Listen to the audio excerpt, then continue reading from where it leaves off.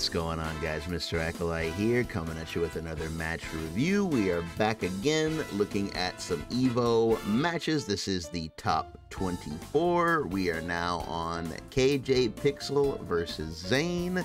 Looks like these two are ready to go, so let's not waste any time and jump right on into it. All right, lab coat up. That's on Zane's side. Jiden up on KJ's side. Let's see what we got. Two pretty well-balanced teams, two very similar teams. Both their teams are almost kind of the same. Same idea on both sides.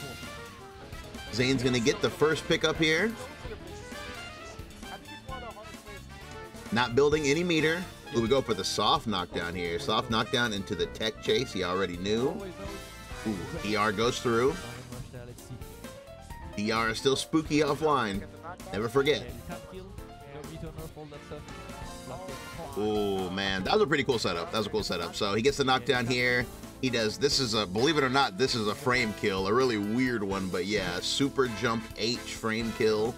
That way you do a frame kill so that you can set up whatever you want to do next without having to time it yourself. So usually a frame kill will involve you whiffing a button of some kind. And here he's whiffing the super jump H, falls beers. And then this creates an ambiguous setup right here, because from here he can pretty much do anything. He can land and go low, he can do a button on the way down, or he could delay air dash before he touches the ground. So yeah, this leads to a lot. And he ended up doing, he actually ended up landing and then doing an empty ID. He faked it with the jump L. That caused KJ to stand up, and that hit him with the low. All the way down. Fake overhead is very, very strong, man. It's super strong. Here comes Frieza. Frieza's actually pretty good against lab coat. Exactly.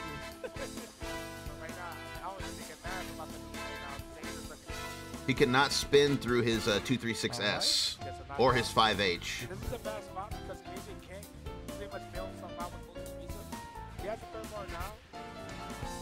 Oof. Zane taking his turn there. Ooh, that was close. That was close. Ooh. Wow, man, that was like the last active frame. Ooh. Yeah, Zane is he's just finding all the hits. Just finding all the hits. Alright, we got Janemba. Can KJ lame this out? Ooh. Empty low, but he blocked. Oh, man, the spoiler. Massive spoiler. Whoa. That was a really good J2H. Ooh, we go for the soft knockdown. Ooh, the overhead. Wake up L. Spark. Ooh, that was nice. That was nice. So he sparked into an empty vanish and then just went for raw dragon rush. It actually beat the startup of the spin. He should be able to kill still. Yeah. Level 3? 1-3 I think he had to do. Yeah, he had to do 1-3. I mean, I don't really blame him there. Like, the debuff is going to throw off your calculations. Like, your damage calcs get thrown in the toilet when you're debuffed.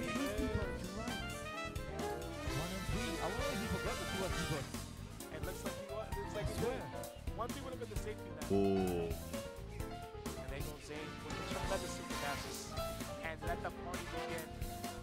Hell Zone coming in.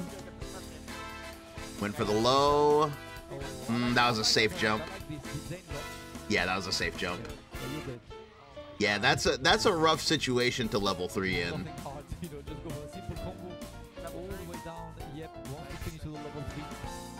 And that is Big Dead. Zane up 1-0 versus KJ. All right, so they're taking a minute to think. All right, let's see what we got. KJ needs one hell of an adjustment here. Playing neutral, doing a little bit of chasing. See, the main thing is Zane, he's mostly just chilling. He's chilling, and then if KJ makes any sort of mistake or overcommits, he capitalizes. And that's what kind of team Zane has. All three of his characters are big, like, stall-type characters where they don't really have to do anything, but they can be oppressive when they get on you. So Zane mostly just waits for the right opportunity to attack, and it works. He plays his team. Ooh, and the 2S. Bop, yeah, you cannot do any. Look, man, look at that hitbox. Look at that hitbox, bro. Most times you can't see the hitbox of a move, but I feel like with this move you can. The funny thing is, this is partially clashing. You see those black lightning bolts and all the sparks? That's because it's actually clashing, but it ends up being so active that it wins the clash. How funny is that?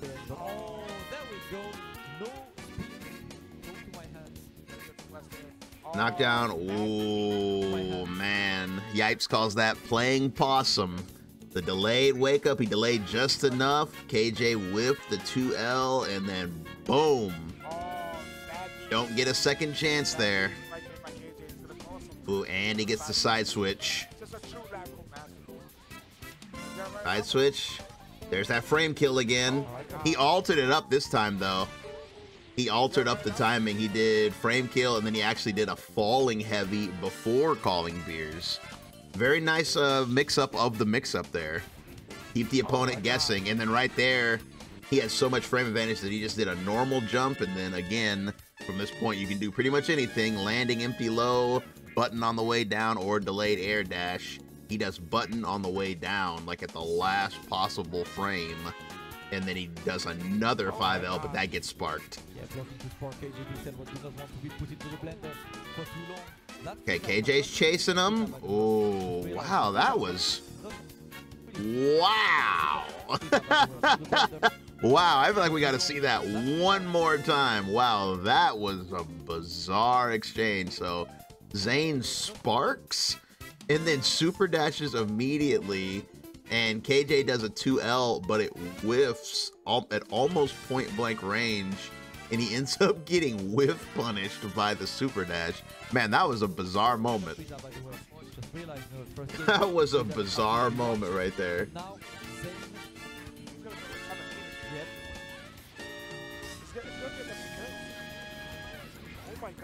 Oh man, he's dead. Look at the meter. He's got 6 bars and he's got beers on his team. That's dead. Damn, Jiden's out of there. That super dash is gonna take him out.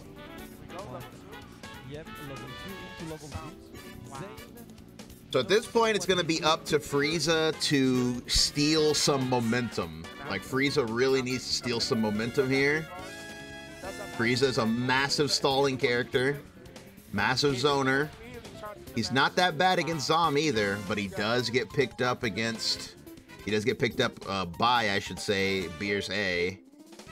This is one of the cheapest things about Zom is like flying at a height where you can't see the ground and then calling an assist. But KJ had already committed to the JS, so he ends up getting punished here. I'm going to assume that he wasn't trying to do that. I'm going to assume that his input got crossed up and he was trying to do a 236S. Because Zane had just teleported, so I'm pretty sure he was trying to put an orb out, and it crossed up his input. Because fun fact, Zamasu's teleport does not have any sort of cross-up protection on it, so you can instantly cross people up with it, so it most likely messed up his input here.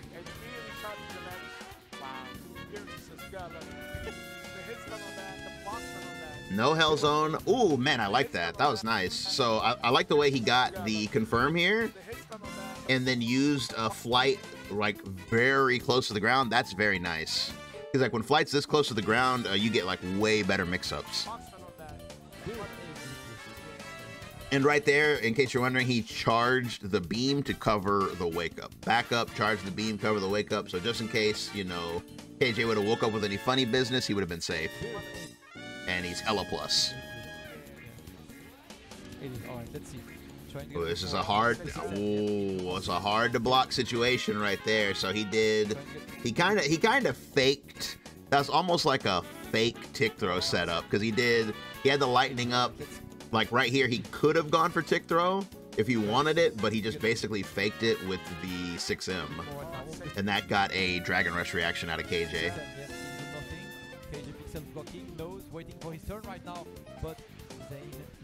All right, here we go. We got another chance to get some stuff going here. Zane backing off. Man, Zane has really been capitalizing on the super dashes. Like anytime KJ super dashes, like Zane just immediately takes a turn with an air dash.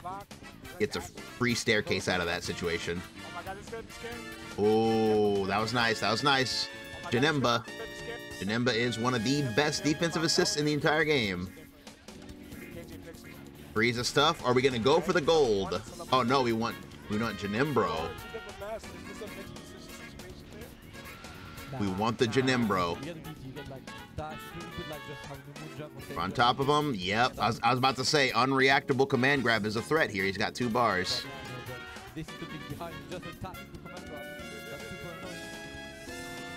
Ooh, nice. Oh, man, that was such a good situation for him, but it didn't really pay off. So I like the use of the 2H here. Janemba's 2H in the corner is fantastic because of its insane, you know, vertical height. Like, it's just so good because this is the biggest area people are gonna up back, so it's just fantastic here. It even knocked the Beer's assist off the screen. He goes for a super dash here though, and then Zane instantly answers back with a 2H. Once again, Zane, he's just making all the right responses to KJ's offense. Pretty much anything that KJ does, he kind of finds a hole in it. Ooh, that was nice. I like that. That was nice. Very nice use here. Like, KJ waited until Zane was falling to call the Frieza assist. Frieza being an instancy assist, 20 frames. So locked him down, and then he caught the, once again, he caught the up back with the 2H in the corner. Very nice. Not gonna get the 3 bars off of this, but we will get a scrambly knockdown here. I don't dislike this attempt though, because even though this is not that plus, Death Wave, you know, is again another very high reaching move. So he tries to bring him down with the EX Death Wave, but Zane had already jumped too high. Wow, damn. So yeah, KJ tried to land on him with a button, and once again, the thing is about this set, Zane, he just has the right answer for everything. It's like whatever KJ tries to do, it's like Zane, it's like he's a rock, paper, scissors champ right now. Every time KJ plays paper, Zane chooses scissors every single time. Nice spin. I mean, is it really a nice spin? It's a spin, it's just a spin. You know, sometimes it's kind of nice, sometimes it's just nice. Like, it's never nice. Dio pose. This is not going to be good. He's in one-touch territory here. KJ's got to block this. Got to block this to stay in the game. Oh, nice reflect. All right, we got Frieza out. Orbs on the screen. Man, that was really nice movement there by Zane. He was just making his way through the obstacle course. He avoided the discs, super jumped over the orb and floated in. Didn't like what he saw, so he backed off and then called Beers. Really nice stuff, man. He didn't get the pickup, but that was close. Whoa. Could he have blocked that? Let me see. He tried to 2H and he was on the way down. Man, that was weird. That almost looked like a cross-up situation. I'm pretty sure his recovery was already over. That might have been like a fake cross-up. That's a spinner right there. Now it's up to Janembro. This is gonna be tough. This is gonna be tough. Pretty much, if he gets some clean hits, he could knock Zamasu and Lab Coat off the screen, but he's gonna have to really take his time here. This is gonna be hard. Oh man, that's always devious, man. That's always devious. Like, first of all, it's Lab Coat pressure. They've already established in the set that KJ cannot guard cancel vanish, so he's kind of just forced to just sit there. And then while he's just sitting there, Zane sets up the command grab, but does the optical illusion of Zamasu. So at this point, if KJ would have jumped out, he still would have had to block the Zamasu, but it makes it hard to jump out when they call the assist at the same time, because there's just so much stuff on the screen that it distracts you.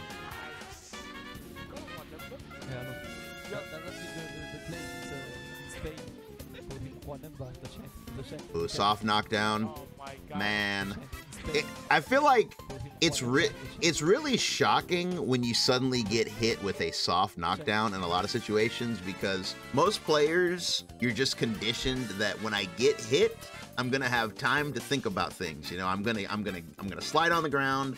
I'm gonna have a second to choose my wake up options. You know, you're just conditioned to think that. So at moments like this, when the opponent sneaks in, you know, a soft knockdown, it can be kind of surprising, because like you're gonna be holding usually up, back in a button or back in a button.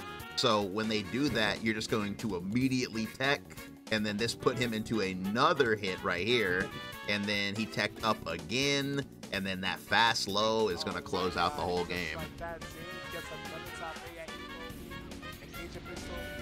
Also loses a portion, but Zane gets in that top 8 slot. And that's going to do it for that one. That's going to put Zane into the top 6. So this is the part where we try to pinpoint what was the turning point in the final game, and I'm pretty sure we all kind of already know what it was. It was that super awkward, bizarre exchange right here. The point blank spark super dash that whiff punished Jiden. This ended up killing Jiden, which is insane, like that he died off of this. And then once he died, it pretty much put KJ in a tough spot, because again, Zane's team is designed to just stall you out and whittle you down. So the fact that anytime Zane wins the point war, it puts you in a position to where you're gonna have to try to play a little more aggressively to try to make up for the deficit. And that just kind of plays into his team, so that makes it very, very hard to mount a comeback. And this was definitely a fun watch. I really enjoyed this match. It's not often that you get to see two primarily zoning focused teams collide. And that's gonna do it for this one. Thanks so much for listening, guys. We're gonna continue making our way through Evo, so make sure you're subscribed so you don't miss that. If you enjoyed this, be sure to leave a like. Also check out the playlist at the end of the video. We've got many more match reviews where this came from, as well as some for other games like Street Fighter. I'm gonna be doing some for Strive and Grand Blue as well. Gonna be doing a bunch of Evo coverage, so be sure that you don't miss any of that. As always, I appreciate you guys. Once again, thanks for watching, and I will see you in the next one. Peace.